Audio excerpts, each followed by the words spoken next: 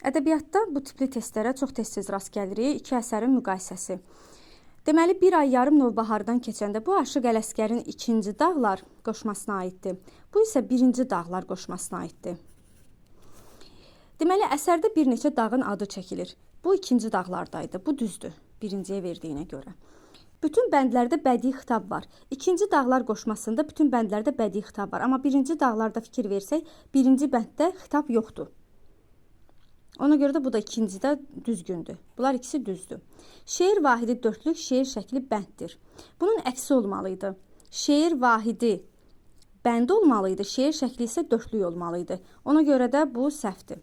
Möhürbənddə müəllif özünə müraciət edib. Xeyr, özünə müraciət etmir, öz adı çəkilir hər iki dağlar qoşmasında. Şair özünü son misrada Məcnuna bənzədir. Diqqətli olun, son misrada yox, son bəndin sonuncu misradan əvvəlki misrasında, yəni 3-cü misrada Məcnuna bənzədir.